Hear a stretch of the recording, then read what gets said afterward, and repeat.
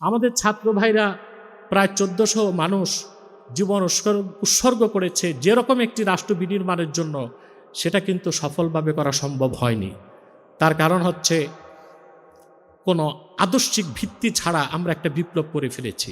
আমাদের বিপ্লব যদি সামনে হয় আর সেই বিপ্লবের আদর্শ যদি কারবালার চেতনা থেকে আমরা নিতে পারি, তাহলে আমরা বিশ্ব মানচিত্রে একটি উন্নত সমৃদ্ধ একটি আদর্শ রাষ্ট্র হিসেবে বাংলাদেশকে গড়ে তুলতে পারবো, এ বিশ্বাস আমরা রাখতে পারি। আল্লাহ যেন আমাদেরকে সুযোগ দান করেন। আমি শিক্ষা নিয়ে কয়েকটি কথা বলবো, কারণ বাংলাদেশের সবচেয়ে ঐতিহ্যবাহী শিক্ষা প্রতিষ্ঠানগুলোর একটিতেই আমি উপস্থিত আছি এবং আমাদের সম্মানিত ভাইস চ্যান্সেলর সাহেব উপস্থিত আছেন। ভালো নেতৃত্ব তৈরি করার জন্য, ভালো রাষ্ট্রের জন্য ভালো সমাজ লাগে, ভালো সমাজের জন্যে ভালো পরিবার লাগে, ভালো পরিবারের জন্য ভালো মানুষ হতে হয়। এখন ভালো মানুষ তৈরি করার জন্য সুশিক্ষার কোনো বিকল্প নেই। একটি রাষ্ট্রের সবচেয়ে বেশি দরকার সুশিক্ষা, সুখাদ্য, সুচিকিৎসা। সুখাদ্য আমরা খুব একটা পাচ্ছি না, সবই ভেজাল। সুচিকিৎসাও খুব একটা এখনও পাচ্ছি না। অন্তত একটি জিনিস আমরা নিশ্চিত করতে পারি, সুশিক্ষা। আমাদের স্কুলের প্রাইমারি থেকে বিশ্ববিদ্যালয় পর্যন্ত শিক্ষার প্রতিটি স্তরে যদি কোরআন ও সুন্নাহের মৌলিক শিক্ষাকে আমরা বাধ্যতামূলকভাবে গ্রহণ করতে পারি, তাহলে আমাদের দেশে, বাংলাদেশের যেটা সবচেয়ে বড় ক্রাইসিস, সবচেয়ে বড় সমস্যা দুর্নীতি, বাংলাদেশকে আমরা দুর্নীতি মুক্ত করতে পারব। দুর্নীতি ক্যান্সারের মতো দেশের প্রতিটি সেক্টরকে ধ্বংস করে দিচ্ছে। সুশিক্ষার বিকল্প কিছু নাই। যারা দুর্নীতি করছে তারা হায়ার এডুকেটেড, উচ্চশিক্ষিত, কিন্তু উন্নত চরিত্রের অধিকারী নয়। তারা উন্নত চরিত্রের অধিকারী, নৈতিকতার শিক্ষায় উত্তীর্ণ মানুষ তৈরি করার জন্যে কোরআন হাদিসের শিক্ষার কোনো বিকল্প নেই। ঐতিহ্যবাহী জগন্নাথ বিশ্ববিদ্যালয়ের সম্মানিত ভাইস চ্যান্সেলর ডক্টর রইসুদ্দিন সাহাব উপস্থিত, ডক্টর সাইফুল ইসলাম বাবার আল আজহারি, মুফতি সাইফুল ইসলাম বারি, মুফতি এহসানুল্লাহ আব্বাসী, বিশ্ববিদ্যালয়ের সম্মানিত শিক্ষকবৃন্দ, আমার প্রাণপ্রিয় ছাত্র ও ছাত্র ভাইয়েরা, ছাত্রী বোনেরা, সকলকে আমার পক্ষ থেকে হৃদয় নিংড়ানো ভালোবাসা, শুভেচ্ছা এবং অভিনন্দন জ্ঞাপন করছি। অত্যন্ত গুরুত্বপূর্ণ একটি বিষয়। ইতিপূর্বেই সম্মানিত স্কলারগণ বিভিন্ন আঙ্গিকে আলোচনা করেছেন। এত আলোচনা হয়ে গিয়েছে যে কারবালা থেকে মূল শিক্ষাটা কি নিব,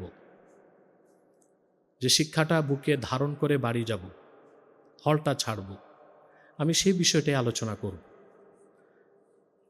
কারবালাতে ইমাম হোসেন রাদিয়াল্লাহু তাআলা আনহু মদিনাতুল মুনাওয়ারা থেকে মক্কা মুকাররমা হয়ে তিনি ইরাকের কারবালা পৌঁছেছিলেন। হাফিজ ইবনে কাসির রহমতুল্লাহর মতে এজিদের স্বৈরাচারী শাসন ব্যবস্থার বিপক্ষে, তার অবৈধ নেতৃত্বের বিপক্ষে ইমামে হোসেনের নেতৃত্বের জন্য 40,000 পত্র পাঠানো হয়েছে। তারপর তিনি সিদ্ধান্ত নিয়ে কারবালার উদ্দেশ্যে রওনা হয়েছিলেন।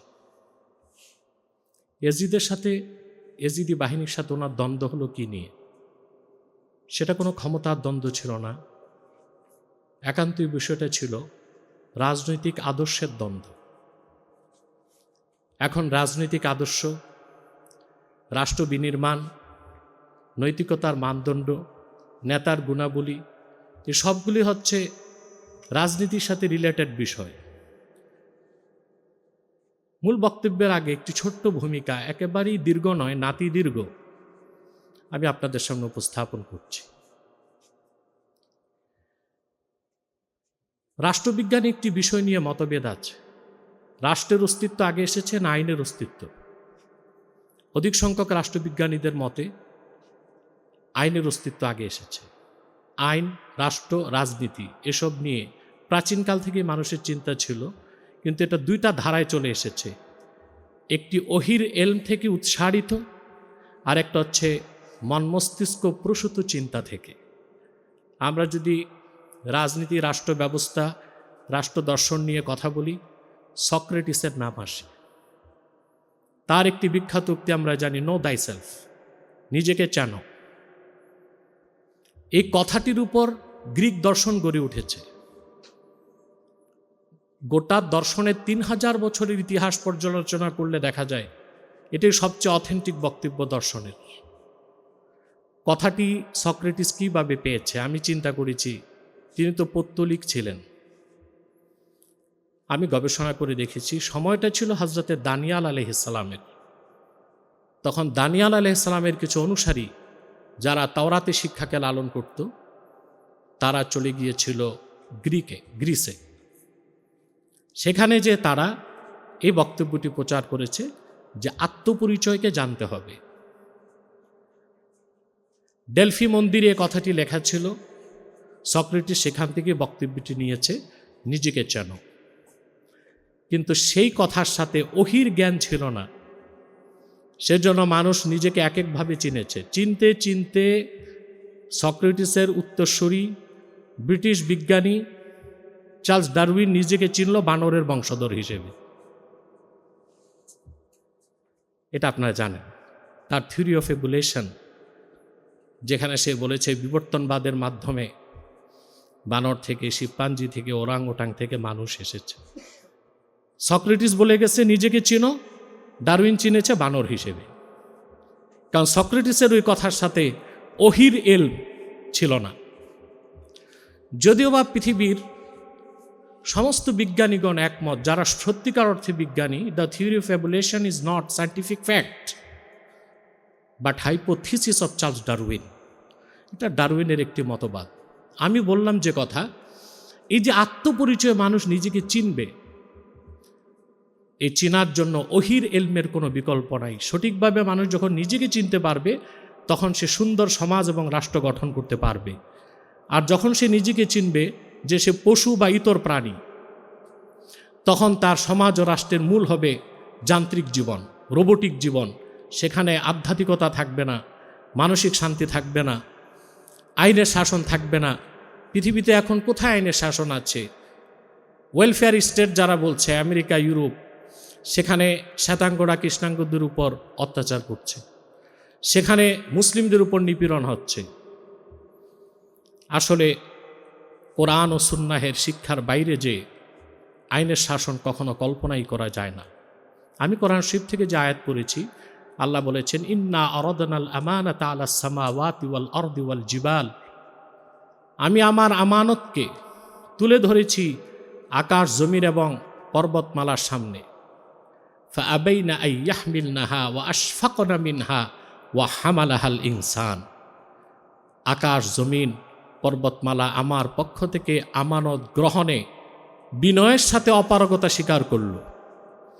তারা ভীত সন্ত্রস্ত হলো, সেই আমানতকে গ্রহণ করল মানুষ। এই আমানতের দায়িত্ব নিয়ে আসলেন হযরতে আদম আলাইহিস সালাম। তিনি চলে গেলেন। এরপর পৃথিবীতে আসলেন অসংখ্য পয়গাম্বর। আল্লাহর পক্ষ থেকে যত পয়গাম্বর এসেছেন, এই আমানতের দায়িত্ব তারা পালন করেছেন। এই আমানতটা হচ্ছে আহকামে শারঈয়া, আহকামে এলাহি, আল্লাহর জমিনে আল্লাহর বিধানকে প্রতিষ্ঠিত করা। সেটা হোক ব্যক্তি জীবন, হোক সমাজ জীবন, হোক রাষ্ট্র জীবন। আমরা যে নামাজ পড়ছি, ব্যক্তিগত জীবনে আল্লাহর বিধানকেই মানছি, কিন্তু ফৌজদারিতে, দেওয়ানিতে, সমাজে, রাষ্ট্রে, অর্থনীতিতে, লেনদেনের ক্ষেত্রে আল্লাহর বিধানকে আমরা মানতে পারছি না। সেখানে আমরা ভিন্ন ভিন্ন মতবাদকে গ্রহণ করেছি। কারবালার মূল শিক্ষাটা তো এখানেই। ইমাম হোসেন রাদিয়াল্লাহু তাআলা আনহু আত্ম উৎসর্গ করলেন কেন? এজিদের সাথে ওনার দ্বন্দ্ব হলো কি নিয়ে? ইমামে হোসেন আল্লাহর পক্ষ থেকে আমানত রক্ষা করার জন্য জীবন দিয়েছেন, আর এজিদ সে আমানতকে নষ্ট করার জন্য যুদ্ধ করেছে। সে আমানতের দায়িত্ব পালন করতে আল্লাহর পক্ষ থেকে লক্ষাধিক নবী রাসূল এসেছেন। মুসলিম শরীফের হাদিস, রাসূলুল্লাহ সাল্লাল্লাহু আলাইহি ওয়াসাল্লাম ইরশাদ করেছেন, কানা বানু ইসরাঈল তাসুসুহুমুল আম্বিয়া কুল্লামা হালাকা নাবিয়্যুন খালাফাহু নবী ফাইন্নাহু লা নাবিয়্যা বা'দি ফাসায়াকুনু খুলাফাউ ফায়াকসুরুন। রাসূলুল্লাহ সাল্লাল্লাহু আলাইহি ওয়াসাল্লাম ইরশাদ করেছেন, বনী ইসরায়েলের রাজনৈতিক নেতৃত্ব দিতেন নবীগণ। এই যে নবীগণ যে রাজনৈতিক নেতৃত্ব দিতেন সেটা আমানত। আর তাদের রাজনৈতিক নেতৃত্বের বাইরে মানুষের মন গড়া মস্তিষ্ক প্রসূত যে রাজনৈতিক চিন্তাধারা সেটা খেয়ানত। কারবালার প্রান্তরে যে যুদ্ধ হয়েছে, হক এবং বাতিল, আমানত এবং খেয়ানত, এর মধ্যে যুদ্ধ হয়েছে, দ্বন্দ্ব হয়েছে। আমানত রক্ষার নেতৃত্ব দিয়েছেন ইমামে হোসেন রাদিয়াল্লাহু তাআলা আনহু, আর খেয়ানতের পক্ষে নেতৃত্ব দিয়েছে কুখ্যাত ইয়াজিদ ও তার অনুসারীবর্গ। এখন আমরা মুসলিম হিসেবে ইমাম হোসেনের উত্তরসূরি দাবিদার যারা, আমরা কি ব্যক্তি জীবন, সমাজ জীবন, রাষ্ট্র জীবনে আল্লাহর পক্ষ থেকে সে আমানতকে কি আদৌ রক্ষা করতে পেরেছি? আমার তো মনে হয় না। আমাদের ব্যবসা, আমাদের লেনদেন, আমাদের ফৌজদারি, আমাদের দেওয়ানি, আমাদের আইন ও কানুন, আমাদের শাসন ব্যবস্থা, কোথাও তো সে আমানতের কোনো চিহ্ন নেই। ব্যক্তি জীবনে আমরা আহকামে শরিয়া কিছু দিনের বিধানকে মানছি, জীবনের একটা বিরাট বাকি অংশেই আমরা ইয়াজিদ ও তার উত্তরসূরিদের অনুসরণ করছি। জাতি হিসেবে এটা আমাদের সবচেয়ে বড় ব্যর্থতা ছাড়া আর কিছু হতে পারে না। রাসূলুল্লাহ সাল্লাল্লাহু আলাইহি ওয়াসাল্লাম ইরশাদ করেছেন, বনী ইসরায়েলের রাজনৈতিক নেতৃত্ব দিতেন নবীগণ। একজন নবী চলে গেলে আরেকজন আসতেন। অবশ্য আমি মুহাম্মদ সাল্লাল্লাহু আলাইহি ওয়াসাল্লাম আল্লাহর শেষ নবী, আমার পরে কিয়ামত পর্যন্ত কোনো নবী আসবে না, রাসূল আসবে না। তবে আমার উম্মতের রাজনৈতিক নেতৃত্ব দিতে অসংখ্য খলিফা আসবেন, আর তাদের সংখ্যা হবে অনেক। আল্লাহ তাআলা তার দিনকে পরিপূর্ণ করেছেন মুহাম্মদ সাল্লাল্লাহু আলাইহি ওয়াসাল্লামকে প্রেরণ করে। ১৫০০ বছর আগে সেই দিনকে মহাবিজয়ী করে দিয়েছেন। রাসূলুল্লাহ সাল্লাল্লাহু আলাইহি ওয়াসাল্লাম সেই দিনের আমানতের দায়িত্ব রক্ষার দায়িত্ব দিয়ে গেলেন সাহাবায়ে কেরামকে। প্রথম খলিফা হিসেবে দায়িত্ব নিলেন আবু বকর সিদ্দিক রাদিয়াল্লাহু তাআলা আনহু, তারপরে হযরত ওমর, তারপরে হযরত উসমান, তারপরে হযরত আলী, তারপরে হযরতে হাসান। হযরত হাসানের সমর্থন নিয়ে হযরত মুয়াবিয়া, তারও খেলাফতের বৈধতা তিনি পেয়েছেন। পরবর্তীতে হযরত মুয়াবিয়ার ইন্তেকালের পর ৩৪ বছর বয়সে চরিত্রহীন লম্পট ইয়াজিদ জোর জবরদস্তি খেলাফতকে দখল করার চেষ্টা করেছে। আর তখনই ইমাম হোসেনের সাথে ওনার দ্বন্দ্বের সূত্রপাত হয়েছে। তাহলে কারবালার শিক্ষা থেকে দুটো জিনিস স্পষ্ট। একটা হচ্ছে আলা লাহুল খালকু ওয়াল আমর, জমিন যার, বিধান তার। এটা প্রতিষ্ঠার জন্য ইমাম হোসেন রাদিয়াল্লাহু তাআলা আনহু কারবালা গিয়েছেন, শাহাদাত বরণ করেছেন। দ্বিতীয় হচ্ছে জালেমের বিরুদ্ধে সোর্ড অফ জাস্টিস, ইনসাফের তরবারি সবসময় মুসলমানকে সমুন্নত রাখতে হবে।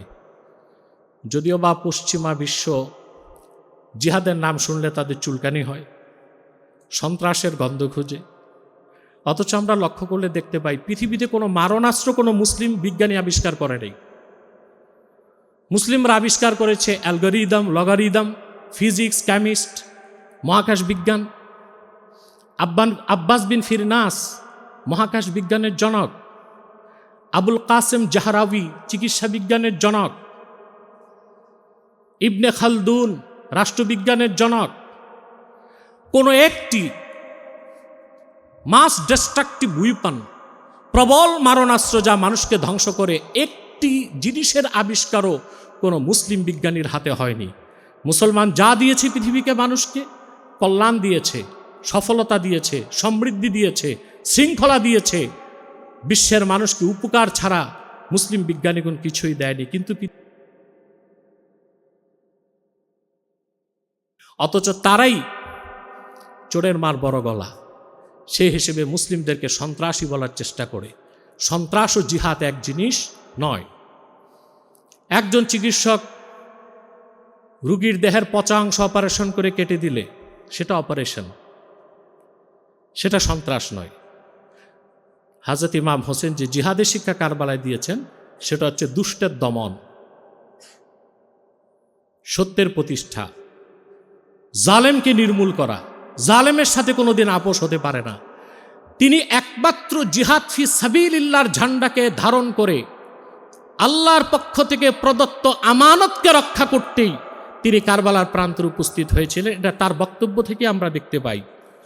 ওনাকে বলা হলো, ইমাম হোসেন রাদিয়াল্লাহু তাআলা আনহু যখন কারবালায় যাবেন, যে আপনি কারবালায় যাচ্ছেন কেন? আপনি ইয়াজিদের শাসনটাকে মেনে নেন। কিছু বিশিষ্ট সাহাবী বললেন যে আপনার ভাই হযরত হাসান রাদিয়াল্লাহু তাআলা আনহু তিনি তো হযরত মুআবিয়ার শাসনকে মেনে নিয়েছেন, তা আপনি মেনে নেন। ইমাম হোসেন জবাব দিয়েছেন, ইন্নী লা আরজু আন ইউতি আল্লাহু আখি আলা নিয়্যাতি ফি হুব্বিহিল কাফফা। আমার ভাই যে অস্ত্র হাতে নেয়নি, অস্ত্রকে সংবরণ করেছেন, মুআবিয়ার শাসনকে মেনে নিয়েছেন, তার নিয়তের কারণে আল্লাহ তাকে সওয়াব দিবেন। ওয়া আইয়ুতিয়ানি আলা নিয়্যাতি ফি হুব্বি জিহাদ আয-যালিমিন। আর আমি এই পৃথিবীর কুখ্যাত জালেমদের বিরুদ্ধে মুসলিম জাহানকে জালেমদের শাসন থেকে রক্ষা করার জন্য জিহাদের পথে যাচ্ছি, আমার নিয়ত অনুপাতে আল্লাহ আমাকে পুরস্কার দান করবেন। তাহলে কারবালায় তিনি গিয়েছিলেন, সত্য মিথ্যার মধ্যে যে লড়াই ছিল, সত্যের পক্ষে ছিলেন হযরত ইমাম হোসেন। তিনি আমানতকে রক্ষা করেছেন, খেয়ানতের পক্ষ নিয়েছিল, জুলুমের পক্ষ নিয়েছিল ইয়াজিদ। আর সেই ইমাম হোসেন রাদিয়াল্লাহু তাআলা আনহুকে বিরুদ্ধে অস্ত্র ধারণ করেছিল উবাইদুল্লাহ বিন জিয়াদের নেতৃত্বে। ইমাম হোসেন রাদিয়াল্লাহু তাআলা আনহু কীরকম উত্তম চরিত্রের মানুষ ছিলেন, ছোট্ট একটা দৃষ্টান্ত দিচ্ছি। তিনি জিহাদের পথে গেলেন কেন? এইরকম কণ্টকাকীর্ণ পথ বেছে নিলেন কেন? সেটা একান্তই ছিল আল্লাহর পক্ষ থেকে আমানতকে রক্ষা করার জন্য। ইমাম হোসেন রাদিয়াল্লাহু তাআলা আনহু একদিন ওযু করছিলেন, লোহার পাত্রে পানি ছিল। খাদেমের ভুলে লোহার পাত্রটা ওনার মুখে লেগে দুটো দাঁত ওনার শহীদ হয়ে যায়, রক্ত ঝরছে। ইমাম নববী রওয়ায়াত করেছেন এই ঘটনা। ওনার মুখ মোবারক থেকে রক্ত ঝরছে। খাদেম ভয়তে অস্থির যে আজকে আমার উপর কি যেন তিনি বিচার করেন, তাজা দুটো দাঁত আমি ভেঙে ফেলেছি। খাদেম কোরআন শরীফের আয়াত পড়তে লাগলো, আল্লাযীনা ইউনফিকুনা ফিস সাররাই ওয়াদ দাররাই ওয়াল কাযিমিনাল গায়জ।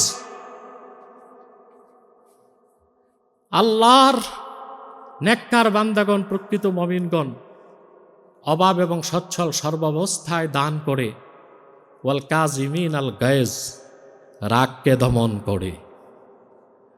ইমাম হোসেনের মুখে হাসি ফুটে উঠল।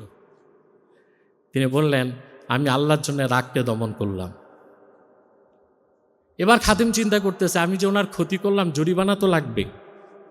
তখন সে সামনের আয়াত পড়তে লাগলো, ওয়াল আফিনা আনিন নাস আল্লাহু ইউহিব্বুল মুহসিনিন। আর প্রকৃত মুমিনগণ মানুষকে নিঃস্বার্থভাবে ক্ষমা করে দেয়। হযরত ইমাম হোসেন বললেন, আমি রাগও দমন করলাম, তোমাকে মাফও করে দিলাম। এই রকম পুষ্পের মতো কোমল চরিত্রের মানুষ অস্ত্রের মতো কঠিন বস্তু হাতে নিলেন কেন? এটা ছিল জালেমের বিরুদ্ধে জিহাদ। এই পৃথিবীতে সফল বিপ্লব কারবালা ইমাম হোসেন রাদিয়াল্লাহু তাআলা আনহু করেছেন। পৃথিবীতে যত বিপ্লব আমরা দেখেছি, ফরাসি বিপ্লব সহ সব কিছুর মূল ভিত্তি ছিল বস্তুবাদ, কোনোটা পুঁজিবাদ, কোনোটা সমাজবাদ। আর ইমাম হোসেন রাদিয়াল্লাহু তাআলা আনহুর বিপ্লবের মূল ভিত্তি ছিল তাওহীদ, আল্লাহর একত্বের উপর নির্ভরশীল রাষ্ট্র ব্যবস্থা, রাজনৈতিক আদর্শ প্রতিষ্ঠার জন্যই তিনি জীবন উৎসর্গ করেছেন। কারবালার এই মূল শিক্ষা থেকে আমাদের বিচ্যুতির কোনো সুযোগ নেই। ইমাম হোসেন রাদিয়াল্লাহু তাআলা আনহুর কোনো পরাজয় হয়নি, সাময়িক বিপর্যয় দেখা গিয়েছিল, কিন্তু তিনি খেলাফত ব্যবস্থাকে যে অক্ষত অক্ষুণ্ণ রেখেছিলেন, পরবর্তীতে ওমর ইবনু আব্দুল আজিজ রাহমাতুল্লাহর মাধ্যমে সেই খেলাফত ব্যবস্থা ফিরে এসেছে এবং প্রায় 1200 বছর সারা দুনিয়াকে মুসলিমগণ শরিয়া রাষ্ট্রের ভিত্তিতে খেলাফতের আদলে শাসন করেছেন।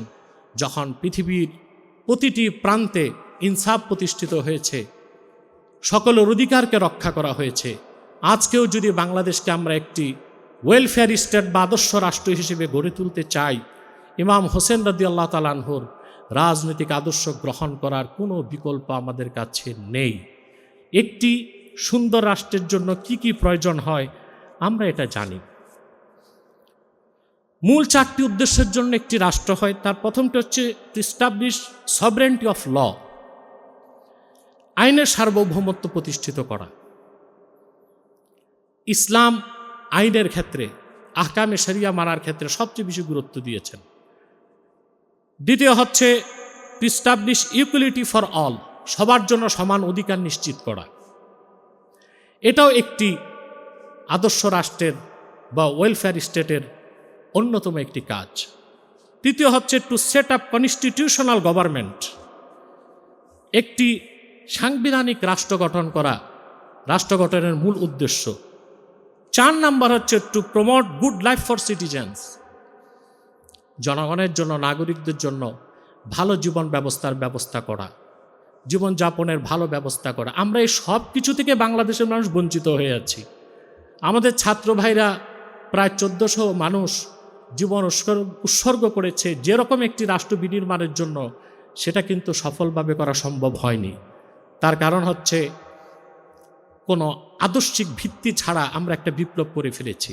আমাদের বিপ্লব যদি সামনে হয় আর সেই বিপ্লবের আদর্শ যদি কারবালার চেতনা থেকে আমরা নিতে পারি, তাহলে আমরা বিশ্ব মানচিত্রে একটি উন্নত সমৃদ্ধ একটি আদর্শ রাষ্ট্র হিসেবে বাংলাদেশকে গড়ে তুলতে পারবো, এই বিশ্বাস আমরা রাখতে পারি। আল্লাহ যেন আমাদেরকে সুযোগ দান করেন। আমি শিক্ষা নিয়ে কয়েকটি কথা বলবো, কারণ বাংলাদেশের সবচেয়ে ঐতিহ্যবাহী শিক্ষা প্রতিষ্ঠানগুলোর একটিতেই আমি উপস্থিত আছি এবং আমাদের সম্মানিত ভাইস চ্যান্সেলর সাহেব উপস্থিত আছেন। ভালো নেতৃত্ব তৈরি করার জন্য, ভালো রাষ্ট্রের জন্য ভালো সমাজ লাগে, ভালো সমাজের জন্যে ভালো পরিবার লাগে, ভালো পরিবারের জন্য ভালো মানুষ হতে হয়।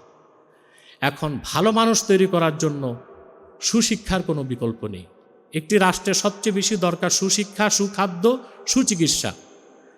সুখাদ্য আমরা খুব একটা পাচ্ছি না, সবই ভেজাল। সুচিকিৎসাও খুব একটা এখনও পাচ্ছি না।